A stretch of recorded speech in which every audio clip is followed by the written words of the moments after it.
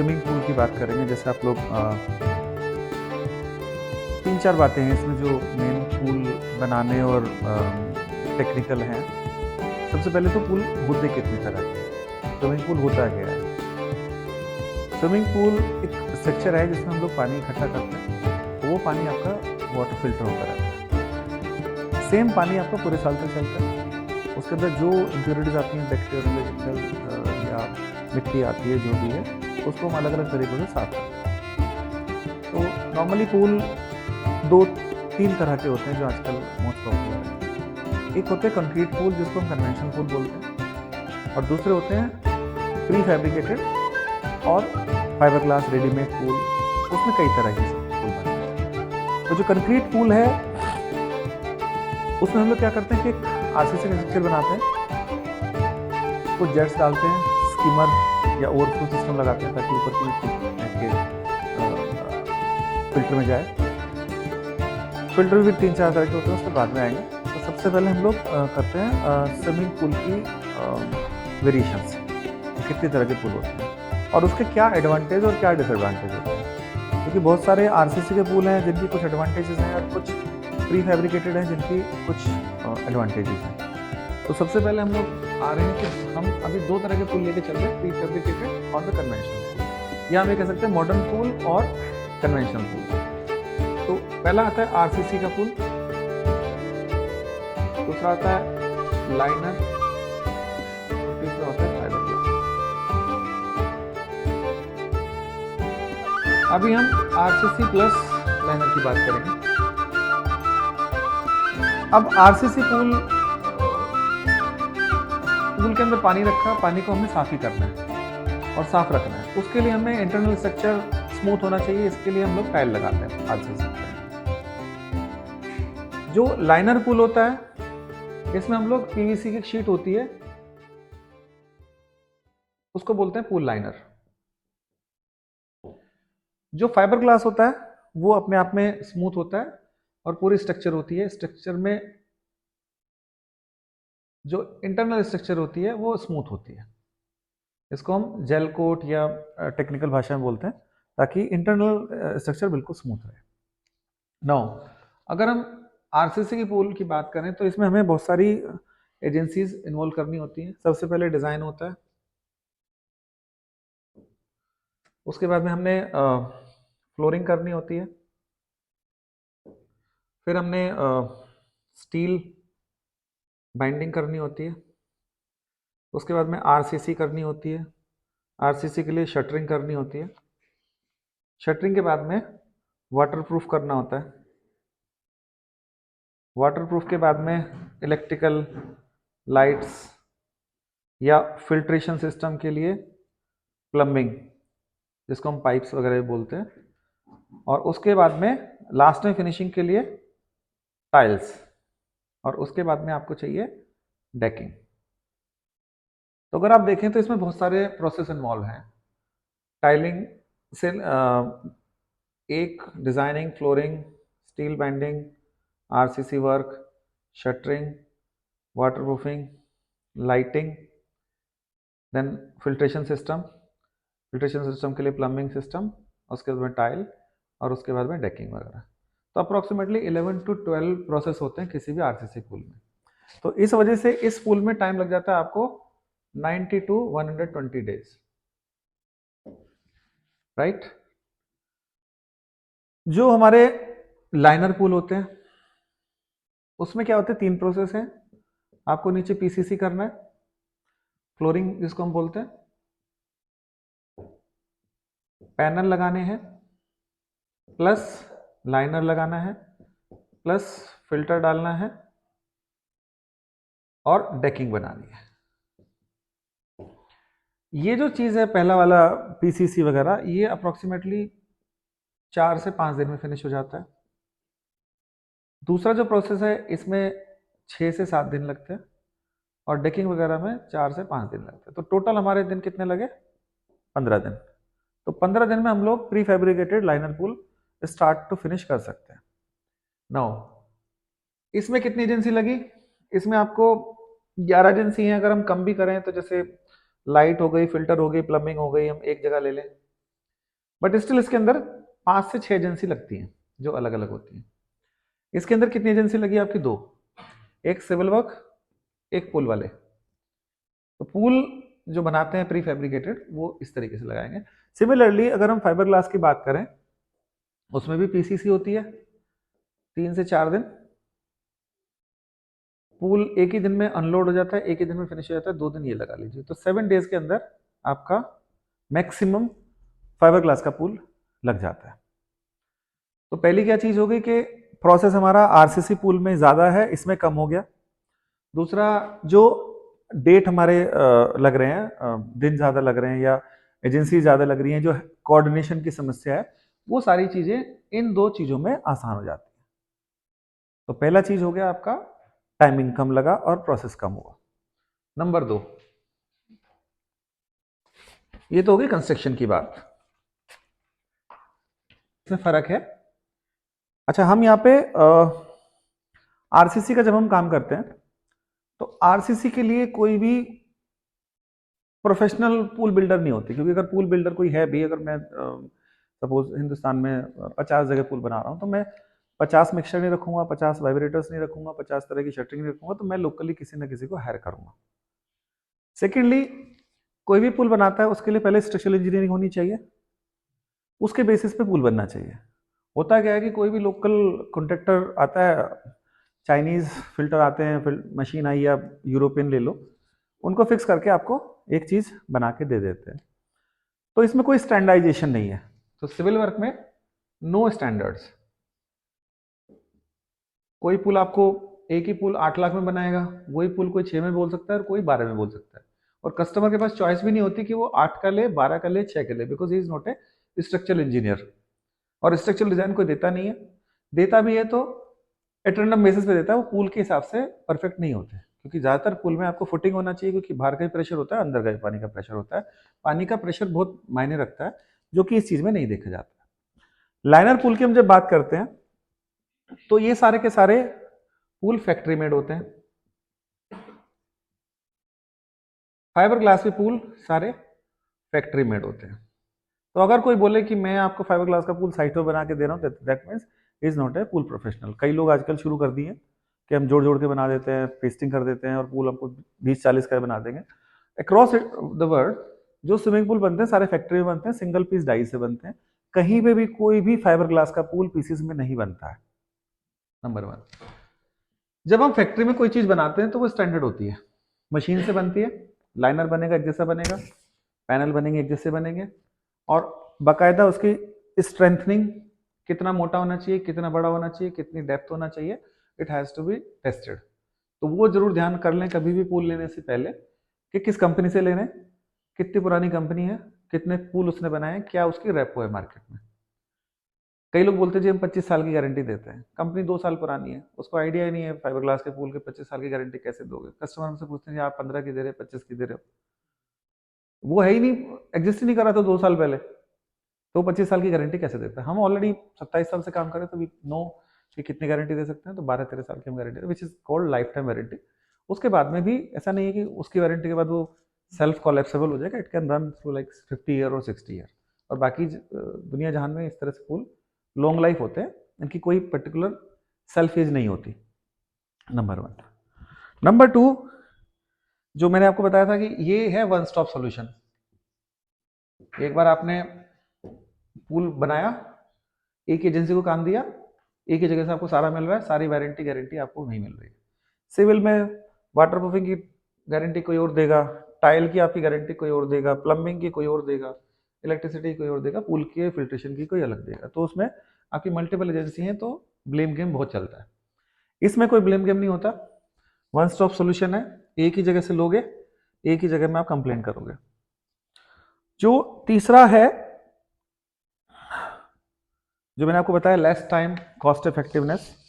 तो ये मैं आपको डिफरेंशिएशन बता रहा हूं आरसीसी पुल वर्सेस प्री फैब्रिकेटेड या लाइनर पुल। तीसरा होता है सीपेज और लीकेज का इश्यू।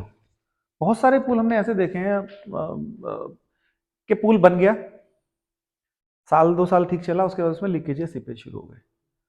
अब लीकेज और सीपेज शुरू क्यों होती है? बिकॉज उसमें कंस्ट्रक्शन जो इनिशियल बेसिस पे बनाई जाती है वो फॉल्टी होती है। फॉल्टी कैसे होती है कि आपने प्रॉपरली डिजाइन नहीं कराया, हल्का फुल्का कोई भूकंप आया, टेरर आया तो थोड़ा सा वो क्रैक हो जाती है। या कोई भी पुल में सपोज 1 लाख लीटर पानी है और 10 लोग उसमें जंप कर रहे हैं, तो उसमें सुनामी इफेक्ट आता है। तो जितना पानी की लहरें बनती हैं वो दीवार पे जाकर टकराती हैं, जो प्रेशर एक्सर्ट करती हैं। तो कई लोग हमसे कहते हैं कि ब्रिक वर्क का बना देंगे, चारों तरफ मिट्टी भर देंगे तो टूटेगा नहीं। अगर ब्रिक वर्क से बनता तो फिर वाटर की टैंक भी ब्रिक वर्क से बन जाती। वाटर के जितने स्टोरेज टैंक हैं सब आरसीसी के होते हैं, प्रॉपर्ली कन्फाइंड होते हैं। इवन आपकी छत की टंकी भी होती है, पूरा नीचे से ऊपर तक आरसीसी होता है। तो वो एक चीज है कि जो इसमें सीपेज या लीकेज के चांसेस ज्यादा हो जाते हैं अगर आप सीपेज और लीकेज। इसी वजह से आजकल ज्यादातर बिल्डर्स भी जितने भी पुल बना रहे हैं वो ज्यादातर प्रीफेब में बना रहे हैं, क्योंकि उसमें सीपेज और लीकेज की कोई संभावना नहीं होती। इन केस अगर इसमें सीपेज या लीकेज होता भी है तो वो डिटेक्शन हो जाती है उसकी, वो डिटेक्ट हो जाता है कि कहां से लीकेज है and it can be repaired on that region only. अब आता है जो ये पुल है, सिविल वाले पुल है, एक बार कहीं बन गए तो आप उनको हटा नहीं सकते। एक बार लग गया, परमानेंट हो गया, आपको तोड़ना ही पड़ेगा। तो these are called fixed pool. But liner pool को वी कैन शिफ्ट, और फाइबर ग्लास को भी हम रीइंस्टॉल कर सकते हैं। कि सपोज आपने आज ग्राउंड पे लगाया, सेकंड फ्लोर पे लगाया, आपको 2 फ्लोर और बनाना है तो आप इसको 4th फ्लोर पे ले जा सकते हैं। सिविल के पुल में ये चॉइस नहीं है आपके पास में, बिकॉज आजकल कोई भी एक्सपेंशन कर रहा है, कुछ भी कर रहा है, तो हम पुल को लाइनर, इसमें क्या होता है, इसमें शिफ्ट करने में आपका लाइनर खाली एक वेस्ट होता है, अराउंड 70% आपकी कॉस्ट सेविंग हो जाती है। इसमें 0% मिलता है आपको, और इसमें तो आपको 100% ही सेव हो जाएगा। तो इन पुल को अगर शिफ्ट करेंगे या रिप्लेस करेंगे वो कर सकते हैं। तीसरा हो गया हाई मेंटेनेंस कॉस्ट। जितने भी सिविल के पुल हैं उनकी मेंटेनेंस कॉस्ट ज्यादा होती है। अब उसके 2 रीजन होते हैं। Number 1 surface, number 2 filter. Civil के पुल में सरफेस होती है टाइल, टाइल के बीच में सीमेंट होता है, उस सीमेंट पे आपकी बैक्टीरिया और डस्ट जमती है, जिसकी वजह से उसमें क्लोरीन की कंजम्पशन ज्यादा होती है और उसमें आपको ज्यादा मेहनत करनी होती है क्लीन करने में। लाइनर पुल आपका सिंथेटिक होता है और बिल्कुल स्मूथ होती है, तो उसमें आपको कभी भी जो डस्ट है या इम्प्योरिटी स्टिक नहीं करती, और फंगस या एल्गी जो होती है उसमें क्रिएट होने में बड़ी टाइम लेती है। It's not easy to nurture algae और fungus on the synthetic surface. जो आपके सिविल वाले वर्क जगह पे है वहाँ पे आपको ये सब जम जाता है। आपने देखा भी होगा कि जितनी भी अपनी शेड होती हैं फाइबर ग्लास की, उस पर कभी भी एल्गी वगैरह नहीं जमती, जबकि आप टीन शेड देखो या जो भी आरसीसी की जगह देखो वहाँ पे आपकी जम जाती है। इसमें भी यही है कि क्लीन रहता है ज़्यादा और लो मेंटेनेंस होती है। ये हुई सरफेस की वजह से। दूसरा होता है फिल्ट्रेशन की वजह से। हम लोग कई बार सैंड फिल्टर लगाते हैं, जितने भी अपने सिविल के पुल बनाते हैं, तो सैंड फिल्टर में थोड़ा सा केमिकल कंजम्पशन ज़्यादा होती है, क्लीनिंग की रिक्वायरमेंट ज़्यादा होती है, पानी वेस्टेज होता है। वो चैप्टर हम बाद में करेंगे। बट 2 वजह से हम इसकी मेंटेनेंस ज़्यादा होती है, बाकी बनस्पत इन चीज़ों के मेंटेनेंस कम होती है, और इसी वजह से आपको मोर एफर्ट इन क्लीनिंग होती है। थर्ड होता है वारंटीज। जो सिविल का पुल होता है उसकी वाटर प्रूफिंग की वारंटी कोई दे सकता है, कोई फिल्ट्रेशन की वारंटी देगा या स्ट्रक्चर की वारंटी देगा, लेकिन ये सस्टेनेबल नहीं होती, क्योंकि 4 एजेंसी अलग अलग जगह काम कर रही हैं। वो ब्लेम गेम शुरू हो जाता है। अगर कोई लीकेज या सीपेज है तो आपको पूरा का पूरा पुल ही रीटाइलिंग करना पड़ता है, री प्लम्बिंग करनी पड़ती है, और वो it's a very costly affair. हालांकि now what we are doing, like अगर कोई सिविल पुल में लीकेज है कुछ है, तो हम इस टेक्नोलॉजी को हम यहाँ डाल देते हैं, इसका लाइनर हम पेस्ट करके एक पाइपलेस फिल्टर लगाते हैं, तो वही पुल आपका लीक प्रूफ हो जाता है, चाहे किसी भी पोजीशन में हो। But you need to invest for liner and the filters. Basic structure आपका वही रहता है, तो structurally we don't change anything, but वो लगा सकते हैं। लेकिन अगर आप लाइनर की बात करें और सपोज लाइनर कहीं से डैमेज है, 1%, पहली बात तो होता नहीं है, बट इनकेस अगर होता है तो we can always repair that portion only. तो इसमें लीकेज और सीपेज की चांस होते नहीं। सीपेज तो इसलिए नहीं होगा बिकॉज सिंथेटिक सरफेस है, तो ऊपर से पानी नीचे कभी जाएगा ही नहीं। सिविल वाले में कहीं ना कहीं से सीलन आई जाती है, घरों में भी आ जाती है, तो पूल के अंदर तो कैसे नहीं आएगी। Similarly fibre glass is bullet proof for seepage and almost 100% leakage proof. In case कहीं पे भी आ जाती है तो they can be always repaired, they can be refurbished. Refurbish करने में इसमें टाइल चेंज करनी पड़ती है, इसमें लाइनर चेंज करना पड़ता है, इसमें कोटिंग करनी पड़ती है। तो रिफर्बिश की सबसे कम कोटिंग फाइबर ग्लास में आती है, कॉस्टिंग लाइनर में सेकंड नंबर पे आती है, थर्ड में सिविल वर्क का अगर पूल है तो आपकी उसमें कॉस्टिंग ज्यादा आती है। अच्छा, इससे भी जो इंपॉर्टेंट मैटर है वो ये है कि टाइल चिपिंग। तो जब हम किसी भी नए पूल में देखते हैं तो कई बार आप देखते हो कि टाइलें निकल निकल के शुरू हो जाती हैं, खासतौर से ग्लास मोजेक जो लगाते हैं। रीजन उसका ये होता है कि वो सीमेंट या केमिकल से लगती हैं, और एक दो भी निकल गई तो फिर वो काफी किसी के पैर में लगा, किसी को तो सेफ्टी वाइज थोड़ा सा इशू हो जाता है। While in these cases these are safe, this is completely safe. इसमें टाइल चिपिंग का इशू आता है, तो बेटर है कि अगर कहीं टाइल चिपिंग आता है हम लाइनर लगा सकते हैं।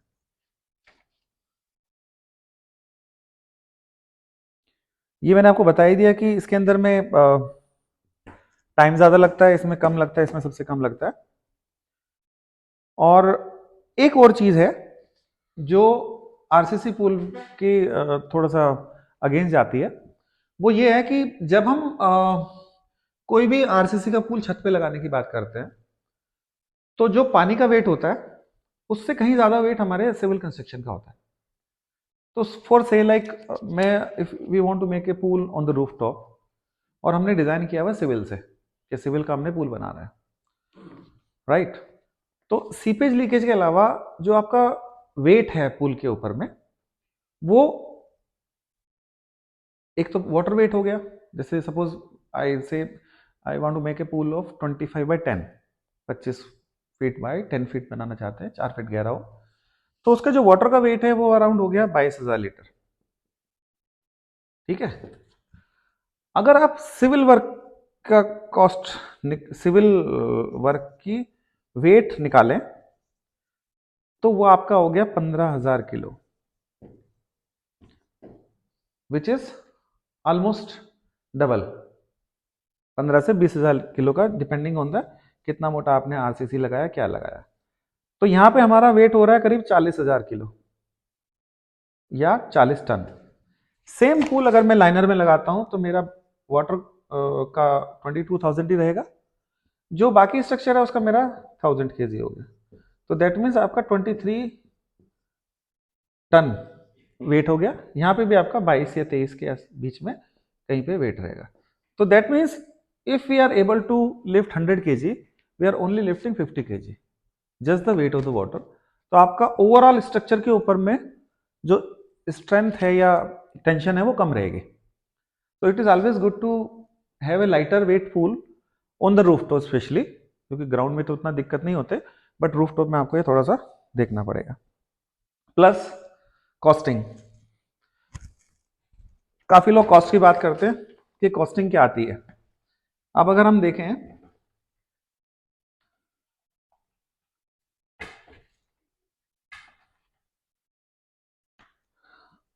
फॉर एग्जाम्पल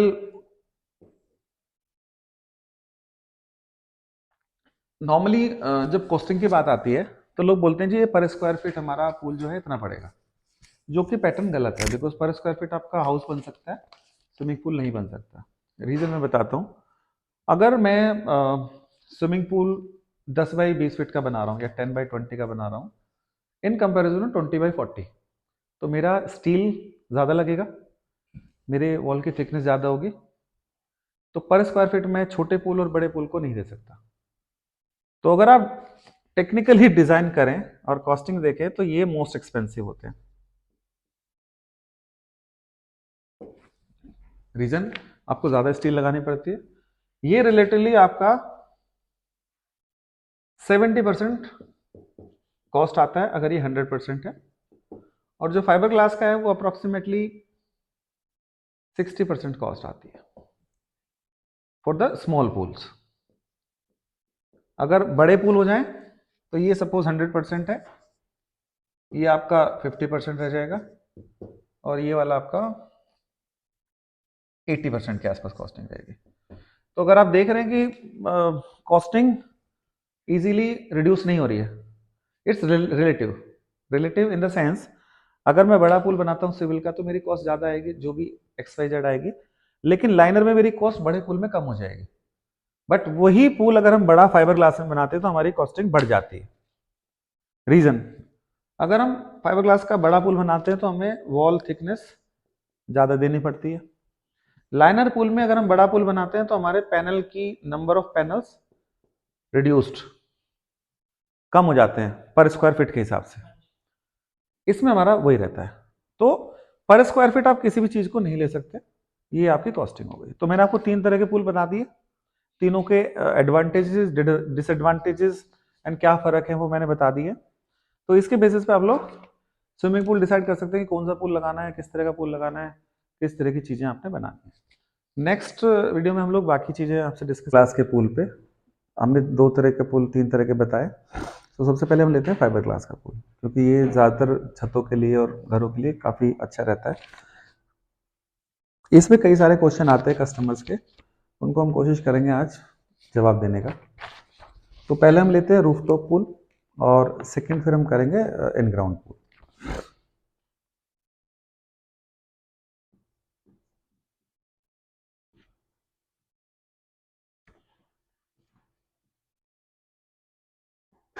रूफटॉप पूल के लिए सबसे बेस्ट रहते हैं फाइबर ग्लास पूल। उसके 3 कारण। नंबर 1, वो सिंगल पीस होते हैं,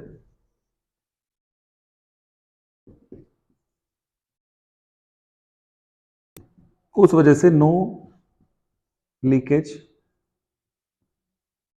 और सीपेज। नंबर 2, लाइट वेट होते हैं।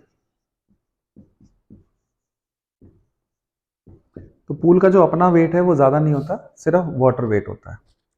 अभी हम लोग कहते हैं कि भाई कितना प्रेशर पड़ेगा छत के ऊपर अगर मैं पूल रखता हूँ। मेरा पुराना बिल्डिंग है, क्या मैं रख सकता हूँ? नया बिल्डिंग है, रख सकता हूँ? डिजाइन किया हुआ है, रख सकता हूँ कि नहीं रख सकता हूँ? तो मोटा मोटी एग्जाम्पल देते हैं उसका कि जो फाइबर ग्लास, सपोज एक मैं साइज देता हूं आपको, से मेरा पूल है 10 फीट, 20 फीट और 4 फीट गहरा। अब इसी पूल को हम लेके चलते हैं कि इसका प्रेशर आपकी छत पे कितना पड़ेगा, कितना इसमें वेट आएगा। तो अगर हम मीटर में लें तो this is 3 metre by 6 metre by 1.1 metre approximately. 1.2 होता है, बट टॉप लेवल से डाउन रहता है पानी तो 1.1 आ जाता है। तो this is become like 19.8 cubic metre. यानी कि मोटा मोटी हमारे पूल का जो वजन हो गया वो हो गया 20 टन या 20,000 किलोग्राम, राइट। हमारा सरफेस एरिया कितना है? 200 स्क्वायर फीट। तो 200 स्क्वायर फीट सरफेस एरिया हो गया, 20,000 लीटर पानी हो गया। तो एक स्क्वायर मीटर में कितना आएगा? 20,000 डिवाइडेड बाई 200, 100। यानी कि 100 किलो का आदमी 1 स्क्वायर फीट पे खड़ा है, उतना प्रेशर आपकी छत पे आएगा। 100 केजी पर स्क्वायर फीट का प्रेशर आपका पूल का पड़ेगा छत के ऊपर। हाँ, तो जब भी कोई हमसे पूछता है कि साहब मेरा घर वजन ले लेगा नहीं ले लेगा, हमने कहना है 100 केजी पर स्क्वायर फीट का प्रेशर है, उस हिसाब से अपने स्ट्रक्चरल इंजीनियर आर्किटेक्ट से बात कर लो। एक तो बात हो गई है, ये हो गई उसके लिए जो नया पुल बनाना चाहता है। सपोज किसी ने पुराना घर बनाया हुआ है और बीम और पिलर डाले हुए हैं और प्रॉपर पुल बनाया हुआ है, घर बनाया हुआ है और छत उसकी नॉर्मल है, तो हमें पुल रखना कहाँ चाहिए? हम उसमें कहते हैं कि कहीं पे भी आप पुल रखें, उसके नीचे से आपकी बीम और पिलर होना चाहिए, ताकि वो वेट डिस्ट्रीब्यूट कर दे। तो अगर हमने यहाँ पूल रखना है तो नीचे इसके बीम या पिलर गुजरना चाहिए। एक चीज तो वो हो गई। दूसरा हो गया, क्या हम पूल रख सकते हैं नहीं रख सकते हैं। तो नॉर्मली अगर हमारा पूल 10 से 12,000 लीटर का है तो वो हम लोग एग्जिस्टिंग स्ट्रक्चर पे रख सकते हैं। दूसरा तरीका होता है कि हम पूल की डेप्थ कम कर दें। सपोज ये 4 फीट था, इसको हमने 3 फीट कर दिया, तो आपका जो वेट ऑन पर स्क्वायर फीट हो गया वो 75 हो गया। सेकेंडली कुछ डिजाइनर पूल होते हैं जिसमें कि हमने स्टेप्स बनाई हुई हैं, सीटिंग बनाई हुई है, तो वो भी आपका वाटर वॉल्यूम कम कर देती है। वो भी अप्रोक्सीमेटली आपका 60 टू 70 kg पर स्क्वायर फीट का प्रेशर डालते हैं फाइबर ग्लास के पूल में। तो ये हम लोग इस तरीके से किसी भी घर में किसी भी तरह के पूल को रख सकते हैं। जैसे हमारे कुछ मॉडल्स हैं, जैसे हम लोगों ने किए कि भाई हर छत पे हम लोग पूल रख सकते हैं। Every roof can have a small pool और जकूजी। फॉर एग्जांपल जैसे हमारे ये नए मॉडल आ रहे हैं आजकल, प्लंज पूल जिनको हम बोलते हैं। सो प्लंज पूल या सेलो पूल भी आते हैं। ये आपके हॉट टब हो गए या जकूजीज हो गई। इन सब की डेप्थ जो होती है हमारी, they start from 1.5 feet and goes up to 3.5 feet max. तो ये कोई सा भी पूल हम लोग किसी भी छत पे रख सकते हैं, बिकॉज इसमें प्रेशर बहुत ज्यादा नहीं है। 30 किलो, 40 किलो, 20 किलो पर स्क्वायर फीट पे आप इजीली रख सकते हैं, क्योंकि you can understand this thing. Like suppose 25-30 लोग छत पे खड़े हैं तो छत नहीं गिरेगी, तो उतना ही हमारा पूल का वेट है, राइट। सो प्लंज पूल, सेलो पूल, हॉट टब और जकूजी बिना डिजाइनिंग, बिना स्ट्रक्चरल इंजीनियर से पूछे हुए हम लोग रख सकते हैं। उसके अलावा जब भी हमने डेप्थ बढ़ानी है घटानी है तो उसको हमें कंसिडर करना पड़ेगा। नाउ दूसरी बात आती है फाइबर ग्लास के पूल में कि हम डेकिंग कैसे बनाएं। तो डेकिंग नॉर्मली हम WPC की बनाना प्रेफर करते हैं, बिकॉज वो लाइट वेट होती है, या कोई और मटेरियल हो जो लाइट वेट हो, वुड हो, कुछ भी हो। इसका एक फ्रेम बनाएंगे, स्टेप्स बनाएंगे और पूरा पूल आपका बनके तैयार हो जाएगा। डेकिंग हो गई, वेट कैलकुलेशन हो गया। अभी और कोई आपका क्वेश्चन है, पूछिए। रूफटॉप के बारे में। अच्छा, रूफटॉप में एक और बात ध्यान रखने की है कि जब भी हम रूफटॉप पे जाते हैं तो आपका क्रेन जो पूल को लिफ्ट करेगी, पे सिंगल पीस नहीं आ सकता। तो अल्टीमेटली हम लाइनर में हम जो हमारे पैनल होते हैं वो 2.25 फीट भी होते हैं, 3.5 भी होते हैं, 4.5 भी होते हैं, 5 होते हैं, 6 होते हैं, and they can goes up to any depth और any shallow to deeper pool. ये हम कर सकते हैं। तो छत के लिए हम लोगों ने पूल, स्पा, हॉट टब और सब कर दिया। तो almost all of houses can have a pool on their rooftop, provided access to the roof via crane, or in pieces we can have a panel pool। जैसे हमने यहाँ पे भी एक छत पे लगाया हुआ, तो हम डेमोस्ट्रेशन दिखा सकते हैं आपको कैसे एक छोटा पूल हम लोग छत पे लगा सकते हैं। Any question? अब फाइबर ग्लास को हमने तो रूफटॉप तो देख लिया कि लाइट वेट कैसे हो सकता है, क्या हो सकता है। नेक्स्ट आता है इन ग्राउंड पूल। तो इन ग्राउंड में हमें क्या करना पड़ता है?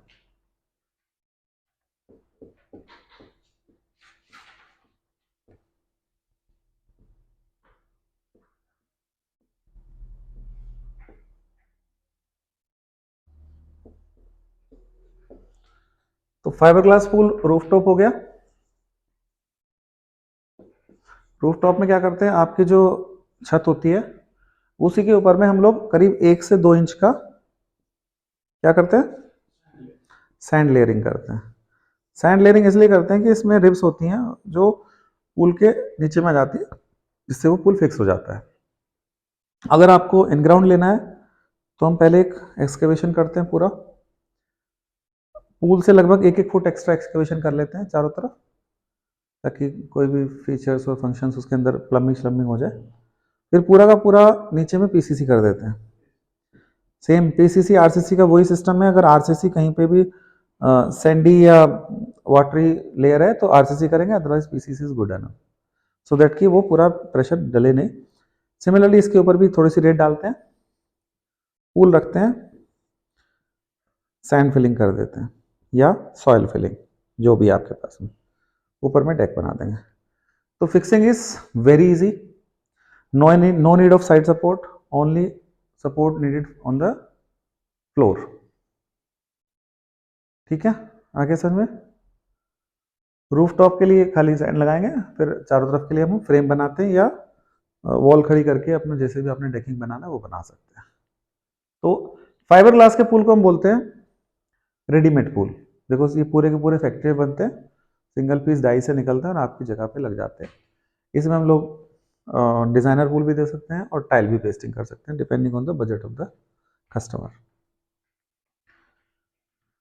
फाइबर ग्लास के पुल को फिक्स्ड डिजाइन और फिक्स शेप कर सकते हैं। इसमें fixed design and fixed shapes. However, we have more than 30 shapes and 50 designs. Oblique sizes. तो 50 आते हैं और नॉर्मली सबका इसमें रेफरेंस आ जाता है। इनकेस नहीं आता है तो उसके लिए नए डिज़ाइन बनाना पड़ते हैं। अगर वो क्वांटिटी में है तो नए डिज़ाइन बनाएंगे, otherwise it's not possible to make designs for this thing.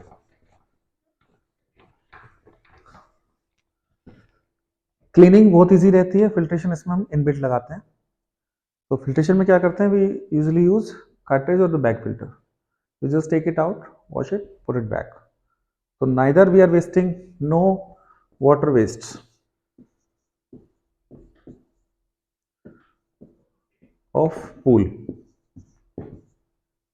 Similarly आपका जो क्लोरीन है 70% सेव हो जाता है और वाटर आपका 100% सेव होता है। तो किसी भी पूल में अब आती है कॉस्टिंग, एक तो हो गई बनाने की कॉस्ट, दूसरी आती है रनिंग कॉस्ट। क्योंकि नॉर्मली लोगों के मिसकॉन्सेप्शन है कि पूल चलाना बहुत महंगा होता है। तो हमने क्या किया है कि जब हम नई टेक्नोलॉजी डालते हैं, नए सिस्टम डालते हैं, तो आपकी जो रनिंग कॉस्ट है वो कमती हो जाती है। एग्जाम्पल दे देते हैं कि कितनी कॉस्ट किस पूल में आएगी। इसमें दो कॉस्ट इन्वॉल्व होती है। नंबर एक होती है इलेक्ट्रिसिटी कॉस्ट एंड सेकंड होती है केमिकल कॉस्ट, केमिकल और कंज्यूमेबल। तो इलेक्ट्रिसिटी का जो कॉस्ट है वो अप्रोक्सीमेटली आप समझिए 2 यूनिट से लेके 10 यूनिट पर डे। तो यानी कि 10 रुपये से लेके 50 या 60-70 रुपये जो भी आपका आता है पर डे खर्चा आता है, depending on the size of the pool. Similarly chlorine की कंजम्पशन जो होती है वो रफली 200 टू 2000 रुपीज पर मंथ होती है। तो कोई भी पूल का रनिंग खर्चा बहुत ज़्यादा नहीं होता, 2-2.5 हज़ार रुपये के आसपास, 1000 से लेके 3000 तक आपका पूल रनिंग कॉस्ट आती है, जो कि बहुत ज़्यादा खर्चा नहीं है, 100 रुपीज़ पर डे के हिसाब से आता है। सेम कॉस्टिंग रनिंग की कॉस्ट हो गई, इनिशियल कॉस्ट हो गई। तो फाइबर ग्लास क्या हो गए, लगाना आसान हो गए, चलाना आसान हो गए और फिक्सिंग आसान हो गए। 6-7 दिन में लग जाता है। साइजेस बहुत सारे हैं, छत पे, ग्राउंड में, इंडोर आउटडोर कहीं भी आप लगा सकते हैं। नॉर्मली हम इन सब पूल के साथ में पूल कवर देते हैं ताकि ये पानी आपका सेफ रहे। This we called is floating pool cover. तो भरे पानी में ऊपर रख देते हैं तो नीचे डूबता नहीं है, लेकिन मिट्टी सिट्टी सब इसके ऊपर बैठ जाती है।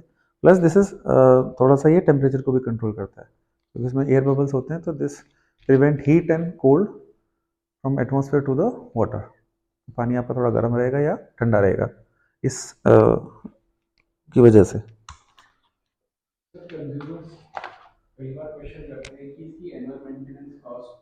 हाँ, एनुअल मेंटेनेंस कॉस्ट पे आते हैं। तो जो फाइबर ग्लास का पूल है इसमें एक चीज चेंज होती है एनुअली, वो कहलाती है फिल्टर। फिल्टर अगर हम कार्ट्रिज फिल्टर लगाते हैं तो करीब 5000 रुपये का होता है, जो कि 2 साल में चेंज होता है। और अगर हम बैग फिल्टर लगाते हैं तो ये 1500 रुपये का होता है, जो कि एवरी ईयर चेंज कर सकते हो। तो ये भी हार्डली आपका 100-200 रुपये पर मंथ या 2,000-5,000 रुपये में साल का पड़ता है। ठीक है,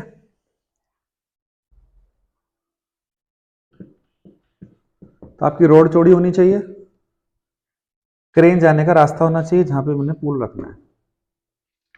तो दो चीज़ें और आपने ध्यान रखनी पड़ेगी, तो वो साइट विजिट कराना या वीडियोस आप उनसे मंगा लीजिए कि जी आपके यहाँ पे क्रेन पहुँच जाएगी, ट्रक आ जाएगा, क्योंकि ये सारे मैनुअली आप हैंडल नहीं कर सकते।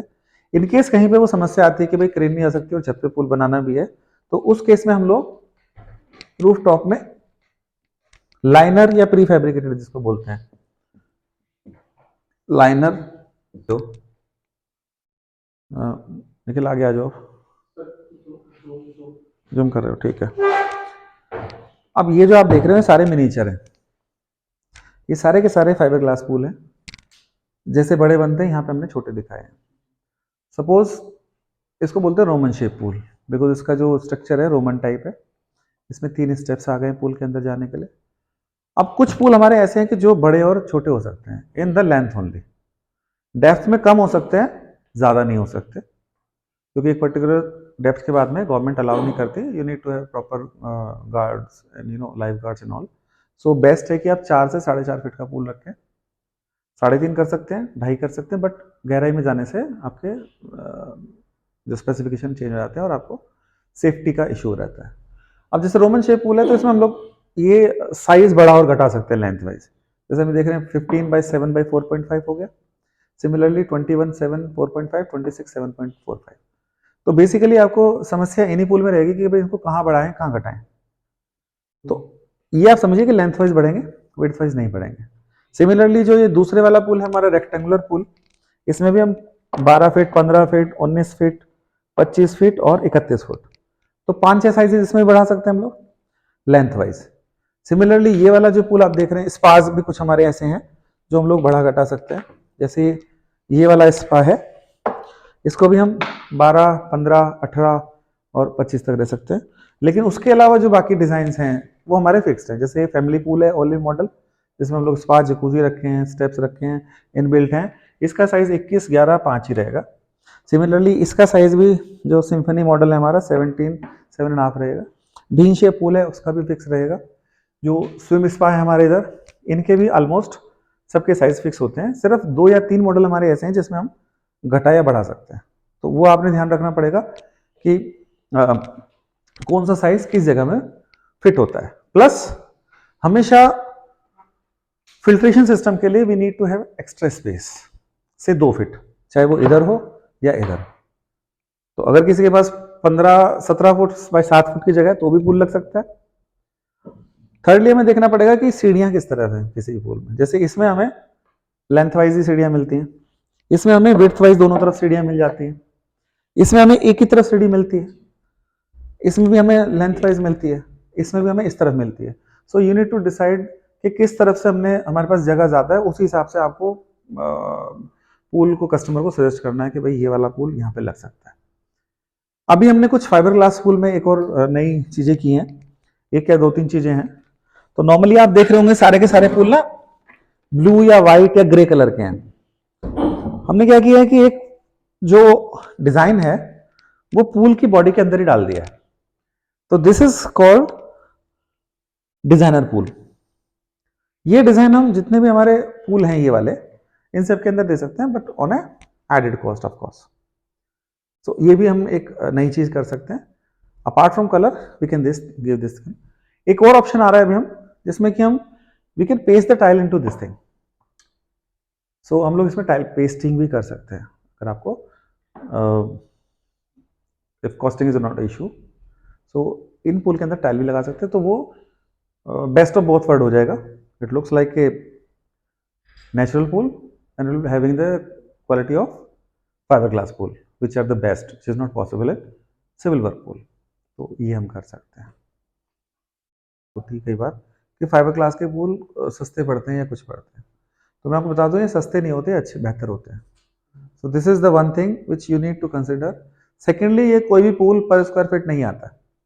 फॉर एग्जाम्पल अगर मैं छोटा पूल बना रहा हूँ 15 फीट का, तो जो फाइबर ग्लास की थिकनेस है हम कम देंगे। सिमिलरली अगर हम 26 फुट का बनाते हैं या 30 फुट का बनाते हैं तो थिकनेस आपकी बढ़ जाएगी। तो ये पर स्क्वायर फीट कभी भी कैलकुलेट नहीं होता, कोई भी पूल हो, इट्स ऑलवेज पर पीस। आप साइज बताइए, then you can only tell the कि कितने का पूल आपका पड़ेगा। तीसरा, ये हमारा फाइबर ग्लास के बारे में सारा अटैच हो गया। अब फाइबर ग्लास के पूल में कई सारी चीजें हैं, एड ऑन हो सकती हैं। लाइक नंबर 1, इसमें हीटिंग सिस्टम लग सकता है। दूसरा, इसमें एडिशनल सीटिंग भी लग जाती है।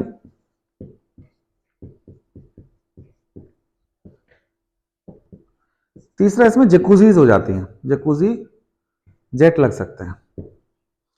चौथा, कई बार लोग बोलते हैं कि इसमें ग्लास वॉल लगा दें, तो रेक्टेंगुलर पूल में स्पेशली जिसकी दीवार सीधी हो, we can make glass window, ताकि आप पूल के अंदर देख सकें। और एक और चीज है जो छोटे पूल में काफी काम आती है, सपोज 20 फुट बाई 10 फीट का पूल है तो उसमें बहुत ज्यादा स्विमिंग नहीं होती, तो उसके लिए हम लोग क्या करते हैं, एक सिस्टम आता है हमारा एंडलेस पूल। एंडलेस पूल और काउंटर करंट सिस्टम।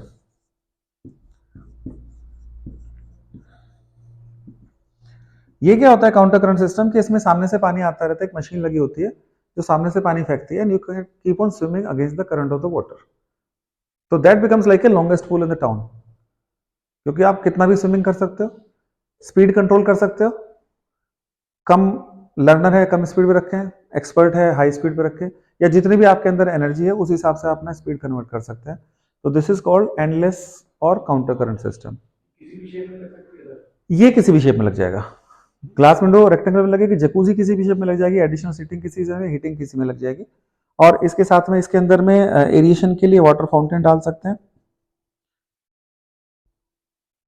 तो ये सारी चीजें इसमें डाल सकते हैं। उसके अलावा जो एक और टेक्नोलॉजी है आजकल, जिसको हम बोलते हैं एक्वेटिक थेरेपी और एक्वा जिम। तो जो एक्वा जिम की मशीन्स हैं वो भी इसमें हम डाल सकते हैं। एक्वा जिम क्या होता है, aqua gym is the aqua therapy और एक्वा जिम है advance version of the normal gym और फिजियोथेरेपी। फिजियोथेरेपी में क्या रहता है कि अपन फिजियोथेरेपी कराते हैं जमीन के ऊपर, but when we got into water तो आपके बाउंसी इफेक्ट से आपका 100 किलो वजन है 50 किलो रह जाएगा। So when you are jumping in the water, आपके जो नीज हैं जॉइंट्स हैं उन पे 50% फर्क पड़ता है।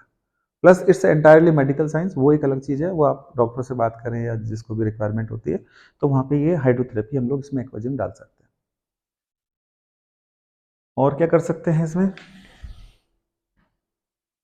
वाटर स्लाइड्स वगैरह छोटी लगानी है, कुछ करनी है, वो डाल सकते हैं, छोटी मोटी जो फैंसी चीज़ें हैं we can add on those kind of things. Fountain डाल सकते हैं। डाइविंग बोर्ड नहीं होता, डाइविंग के लिए you need a proper depth, तो इनमें डाइविंग बोर्ड नहीं होती, सरफेस डाइविंग होती है इन सब पूल्स में।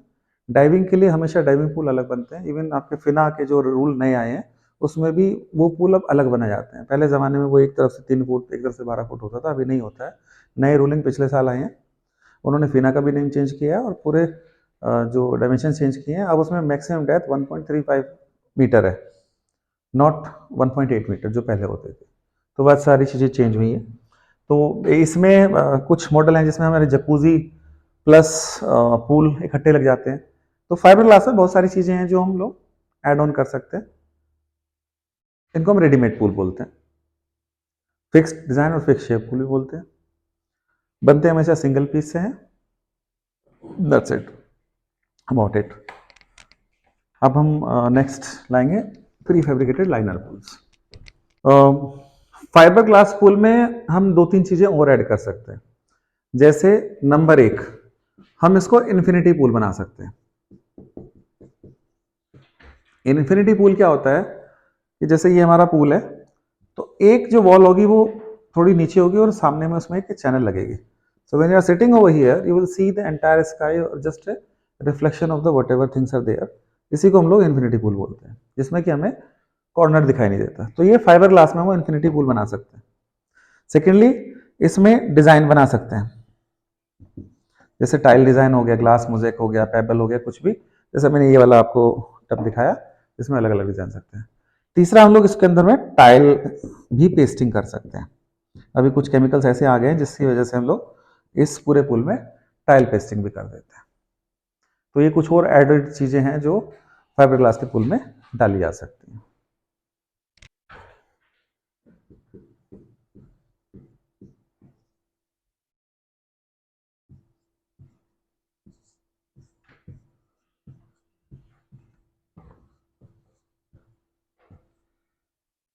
ठीक है। स्विमिंग पूल का पानी हम लोग एक बार भरते हैं, we just fill once and it will remain clear for the entire year. उसके अंदर दो चीजें इंपॉर्टेंट होती है, one is chemical balancing which is for particular reason, another is biological impurity or removal of biological impurity, and third is a physical impurity। तो filter जो होते हैं तीनों काम करते हैं। तीन तरह के फिल्टर होते हैं normally. One is called sand filter. Sand filter is a traditional filter, जो कि एक गोल सा फिल्टर बना होता है जिसके अंदर में भी add few layers of the pebble, gravel and then lastly sand.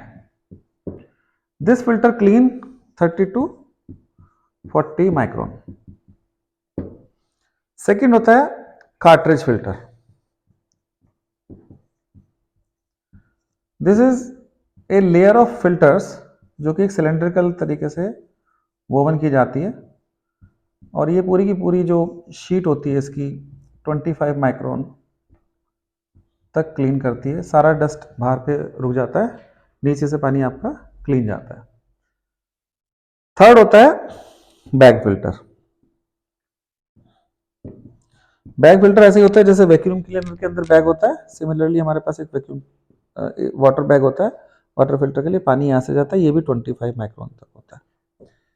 तो तीन तरह के फिल्टर होते हैं जो कि स्विमिंग पूल में वाटर फिल्ट्रेशन में काम आते हैं। इन तीनों की अपनी एडवांटेज और अपनी डिसएडवांटेज है।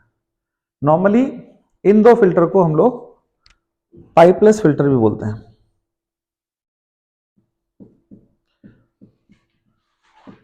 बिकॉज ये फिल्टर बहुत छोटे होते हैं, तो we can house them in a particular design, और उस वजह से कोई प्लम्बिंग या बैलेंसिंग टैंक की रिक्वायरमेंट नहीं होती। इनका साइज बड़ा होता है, बिग साइज। ये होते हैं small, and this is extra small.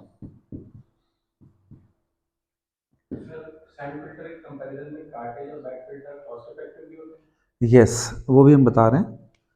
तो अब ये तीनों फिल्टर आपने देख लिए, इनकी मैंने आपको बता दी। Now how they work basically. तो उसी हिसाब से अगर हम सैंड फिल्टर देखें तो ये एक्सपेंसिव होता है, ये लेस एक्सपेंसिव होता है, और ये लीस्ट होता है।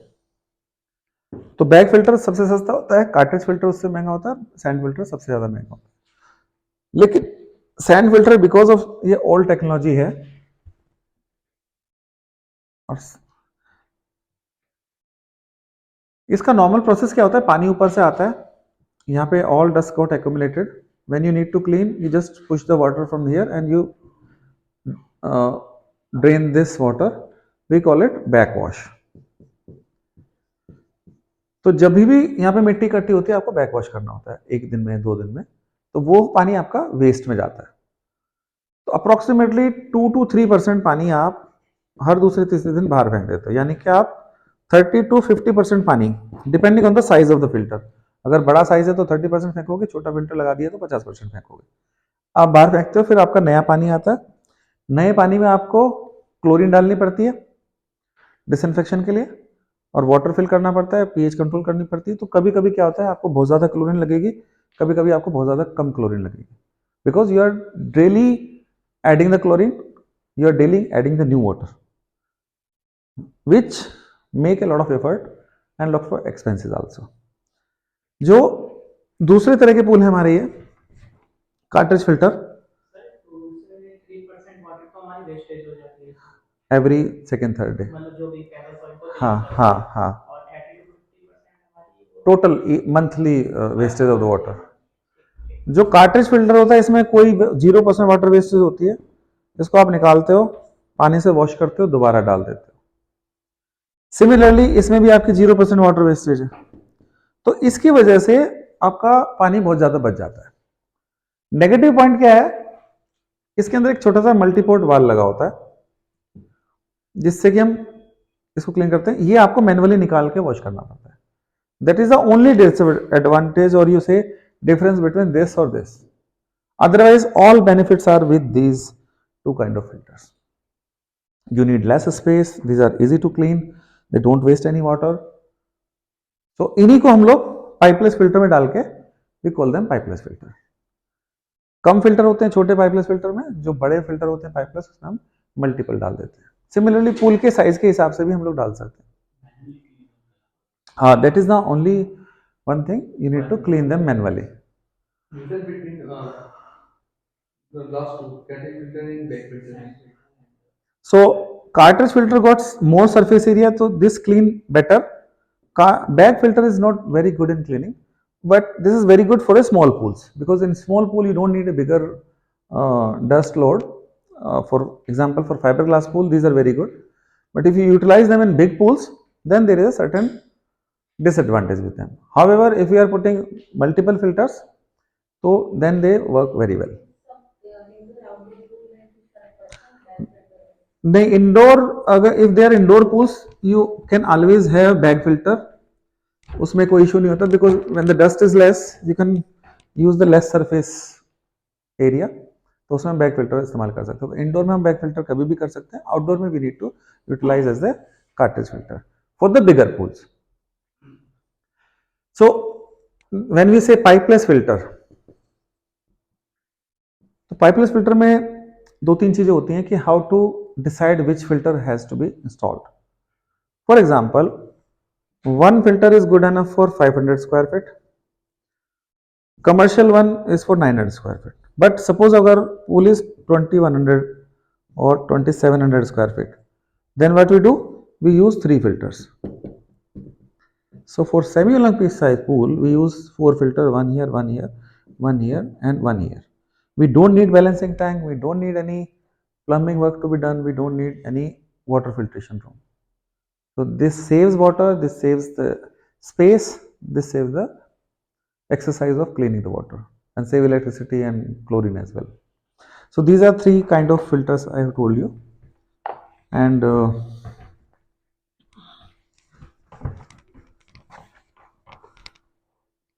तो फिल्टर्स के बारे में 3 का मैंने बता दिया आपको, पूल्स का बता दिया, फाइबरग्लास के पूल बता दिए. नाउ लास्ट हमारा आएगा लाइनर पूल, जिसको हम बोलते हैं prefabricated. Now we will talk about now prefabricated pool. Prefabricated pool में 2 तरह के पूल हैं, एक फाइबरग्लास पूल हो गया, दूसरा लाइनर पूल हो गया. लाइनर हो गया, इसको वॉल पैनल पूल भी कहते हैं या आर्टिफिशियल पूल भी बोलते हैं. लेकिन प्रीफैब्रिकेटेड में 3-4 तरह के पूल होते हैं. एक होते हैं एयर फिल्ड पूल, जिसमें हवा भरते हैं पूरा पूल बन जाता है. दूसरे होते हैं कुछ एक शीट होती है, उसके अंदर पानी भर देते हैं, and we fix few poles all around. तो those are called temporary pool. But what we are talking about is a actual pool, permanent pool, but this can be shifted somewhere else also. So we call it the prefabricated pool. In this we have one fiberglass pool which we have already explained, and now it is liner pool or wall panel. इसको हम एक तरीके से और बोल सकते हैं any size, any shape or any size any shape pool. तो इसमें हम किसी भी साइज और किसी भी शेप में पूल बना सकते हैं. System is very easy. इसके अंदर हम क्या करते हैं, ये हमारे पहले पीसीसी कराते हैं फ्लोर पे पीसीसी करके इस तरह के वॉल पैनल लगाते हैं. ये वॉल पैनल होते हैं जो आपकी दीवार का काम करते हैं. एक के साथ दूसरा जोड़ते हैं, दूसरे का तीसरा जोड़ते हैं. इसी में हमारे पास हाइट डिफरेंस भी होती है, जैसे ये 4.5 फीट का है, इसमें हमारे पास 3 फुट का भी है, 2 फीट का भी है, 5 का भी हो सकता है और 6 का भी हो जाता है. इस वॉल को अरेंज करने के लिए नट बोल्ट करते हैं, प्लस इसमें एक पीछे में सपोर्ट लगाते हैं जिसको हम बोलते हैं ब्रैकेट. तो this is called pool bracket. This will be concealed entirely into sand और soil, and if it is above ground then this will be supporting from the outside pressures. तो ये अंदर के प्रेशर को भी और बाहर के प्रेशर को भी ले लेता है. ये पैनल पूरे के पूरे मशीन मेड होते हैं. इसमें 3-4 तरह के पैनल होते हैं. ये जो आप देख रहे हैं this is called MS pool. इसमें स्टेनलेस स्टील के पूल भी होते हैं, कुछ फाइबर ग्लास के भी होते हैं, और कुछ लोग प्लास्टिक के पैनल भी बनाते हैं जिसके अंदर में कंक्रीट भर देते हैं.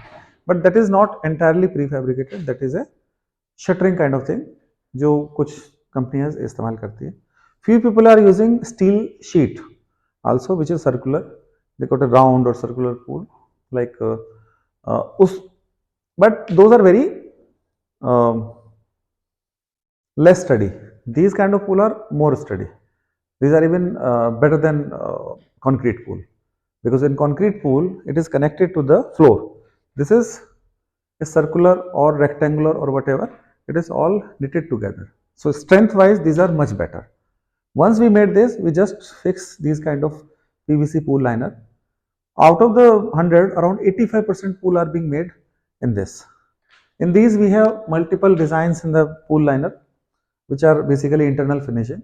So this liner work as internal finishing as well as waterproofing. So we need to just lay them on the floor and the wall, fix few pipeless filter, or you want to have overflow system, so we have a overflow kind of wall panel, or if you want to have a skimmer, then you can have a skimmer also. So these are 3-4 things which we can utilize. I'll show you one pool on the rooftop, how we can make this entire panel pool with these kind of panels. So ये liner को fix करने के लिए कुछ अलग machine या system होता है? हाँ, they see that is a more important question. Liner दो तीन तरीके से फिक्स होता है. एक लाइनर आता है which comes in a single package और उसको पूरा फैला देते हैं. बट उस लाइनर में समस्या क्या होती है, that is only 0.7 mm layer thick, because if it is more than thick, then it can't be folded up. So we don't use that. We use 1.5 mm strong liner, and we have some German machines which weld these two liners as a seamless as possible. On the wall we use hand machines. Yeah, so they overlap and we just put some pressure. These are basically automatic machine. They provide the particular heat, they provide the particular weight, and they work as a particular speed. So when you fix it, it will just weld the entire pool in just one day. So this is very smooth and seamless process. So basically it is drive with the machines only. This entire panels are being designed and manufactured by machine only. No manual things are required. It is cutted, welded, CNC and everything, it's all computerized. So you will find each and every panel of the same quality. एक ही quality का panel मिलेगा, कोई दो quality के panel आपको नहीं मिलेंगे. सो ये इसमें बहुत अच्छी बात है. और ये हमारा अपना ब्रांडेड डिज़ाइन है, पेटेंटेड डिज़ाइन है, तो ये सारा हमने बनाया हुआ है. बाकी चीज़ें सेम रहती हैं, डेप्थ हम बढ़ा सकते हैं, घटा सकते हैं, और बाकी चीज़ें कर सकते हैं. तो these are 3 kind of pool I already explained you. 2 prefabricated, we had explained for the pipeless filter also. So mostly we have covered the entire thing.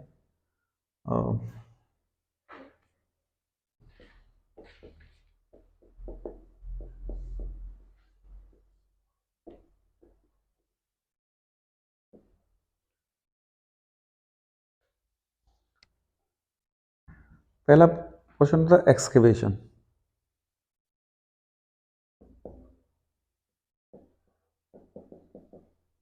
ठीक है.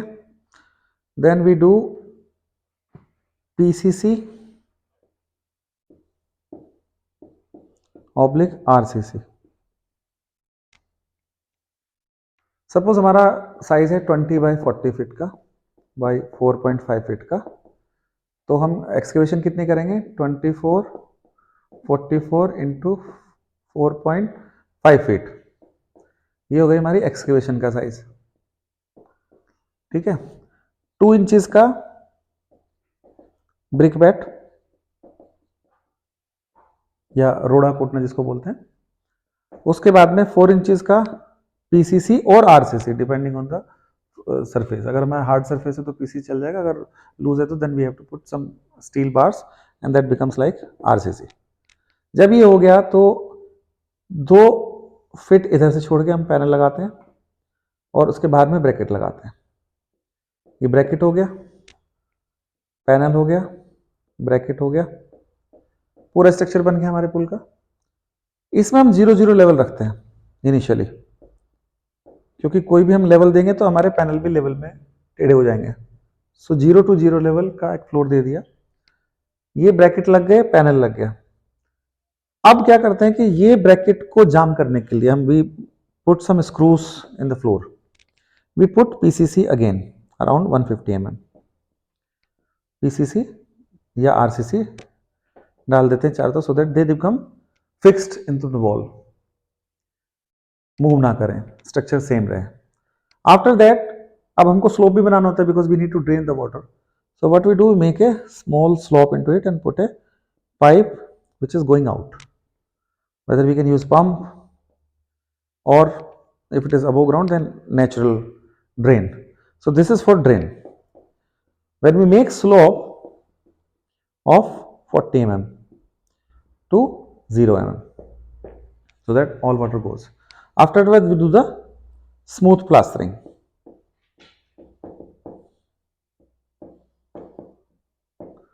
Right, smooth plaster is 2 inches.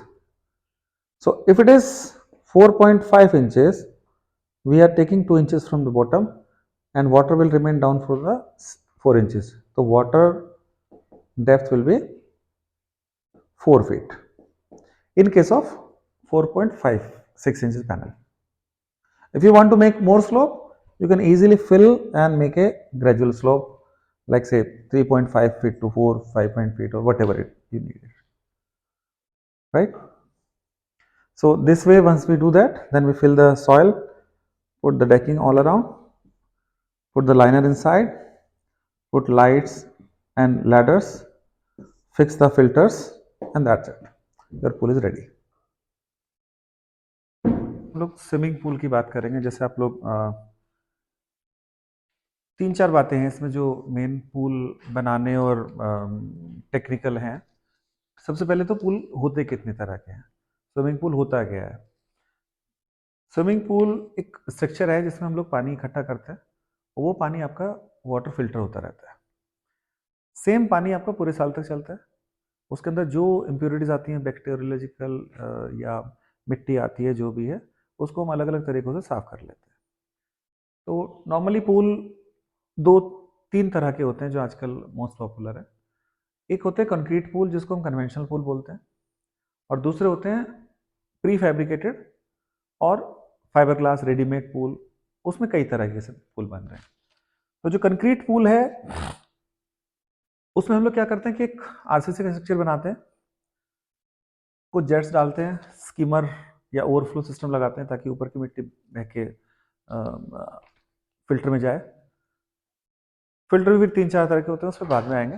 तो सबसे पहले हम लोग करते हैं swimming pool की वेरिएशंस, कितने तरह के पूल होते हैं और उसके क्या एडवांटेज और क्या डिसएडवांटेज होते हैं।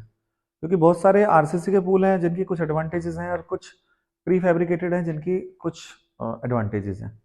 तो सबसे पहले हम लोग आ रहे हैं कि हम अभी 2 तरह के पूल लेके चल रहे हैं, प्री फैब्रिकेटेड और द कन्वेंशनल पूल, या हम ये कह सकते हैं मॉडर्न पूल और कन्वेंशनल पूल। तो पहला आता है आरसीसी का पूल, दूसरा आता है लाइनर और तीसरा होता है फाइबर ग्लास। अभी हम आरसीसी प्लस लाइनर की बात करेंगे। अब आरसीसी पूल के अंदर पानी रखा, पानी को हमें साफ ही करना है और साफ रखना है। उसके लिए हमें इंटरनल स्ट्रक्चर स्मूथ होना चाहिए। इसके लिए हम लोग टाइल लगाते हैं आरसीसी स्ट्रक्चर में। जो लाइनर पूल होता है इसमें हम लोग पीवीसी की शीट होती है, उसको बोलते हैं पूल लाइनर। जो फाइबर ग्लास होता है वो अपने आप में स्मूथ होता है और पूरी स्ट्रक्चर होती है। स्ट्रक्चर में जो इंटरनल स्ट्रक्चर होती है वो स्मूथ होती है। इसको हम जेल कोट या टेक्निकल भाषा में बोलते हैं, ताकि इंटरनल स्ट्रक्चर बिल्कुल स्मूथ रहे। नाउ अगर हम आरसीसी की पूल की बात करें तो इसमें हमें बहुत सारी एजेंसीज इन्वॉल्व करनी होती हैं। सबसे पहले डिज़ाइन होता है, उसके बाद में हमने फ्लोरिंग करनी होती है, फिर हमने स्टील बाइंडिंग करनी होती है, उसके बाद में आरसीसी करनी होती है। आरसीसी के लिए शटरिंग करनी होती है। शटरिंग के बाद में वाटरप्रूफ करना होता है। वाटरप्रूफ के बाद में इलेक्ट्रिकल लाइट्स या फिल्ट्रेशन सिस्टम के लिए प्लम्बिंग, जिसको हम पाइप्स वगैरह बोलते हैं, और उसके बाद में लास्ट में फिनिशिंग के लिए टाइल्स। और उसके बाद में आपको चाहिए डेकिंग। तो अगर आप देखें तो इसमें बहुत सारे प्रोसेस इन्वॉल्व हैं। टाइलिंग से एक designing, flooring, steel bending, RCC work, shuttering, waterproofing, lighting, then filtration system के लिए प्लम्बिंग सिस्टम, उसके बाद में टाइल, और उसके बाद में डेकिंग वगैरह। तो अप्रोक्सीमेटली 11 to 12 प्रोसेस होते हैं किसी भी आरसीसी पूल में। तो इस वजह से इस पूल में टाइम लग जाता है आपको 90 to 120 डेज, राइट। जो हमारे लाइनर पूल होते हैं उसमें क्या होते हैं, 3 प्रोसेस हैं। आपको नीचे पीसीसी करना है, फ्लोरिंग जिसको हम बोलते हैं,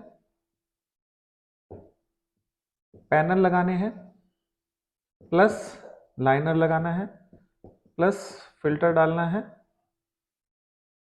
और डेकिंग बनानी है। ये जो चीज है पहला वाला पीसीसी वगैरह, ये अप्रोक्सीमेटली 4 से 5 दिन में फिनिश हो जाता है।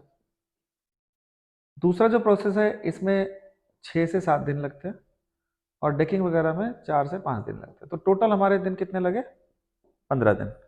तो 15 दिन में हम लोग prefabricated liner pool start to finish कर सकते हैं। नाउ इसमें कितनी एजेंसी लगी, इसमें आपको 11 एजेंसी हैं। अगर हम कम भी करें तो जैसे लाइट हो गई, फिल्टर हो गई, प्लम्बिंग हो गई, हम एक जगह ले लें, बट स्टिल इसके अंदर 5 से 6 एजेंसी लगती हैं जो अलग अलग होती हैं। इसके अंदर कितनी एजेंसी लगी आपकी, 2, एक सिविल वर्क, एक पुल वाले। तो पुल जो बनाते हैं प्री फैब्रिकेटेड वो इस तरीके से लगाएंगे। सिमिलरली अगर हम फाइबर ग्लास की बात करें उसमें भी पीसीसी होती है, 3 से 4 दिन। पूल एक ही दिन में अनलोड हो जाता है, एक ही दिन में फिनिश हो जाता है, 2 दिन ये लगा लीजिए। तो 7 डेज के अंदर आपका मैक्सिमम फाइबर ग्लास का पूल लग जाता है। तो पहली क्या चीज होगी कि प्रोसेस हमारा आरसीसी पूल में ज्यादा है, इसमें कम हो गया। दूसरा, जो डेट हमारे लग रहे हैं, दिन ज्यादा लग रहे हैं या एजेंसी ज्यादा लग रही हैं, जो कोऑर्डिनेशन की समस्या है, वो सारी चीजें इन 2 चीजों में आसान हो जाती है। तो पहला चीज हो गया आपका टाइमिंग कम लगा और प्रोसेस कम हुआ। नंबर 2, ये तो हो गई कंस्ट्रक्शन की बात।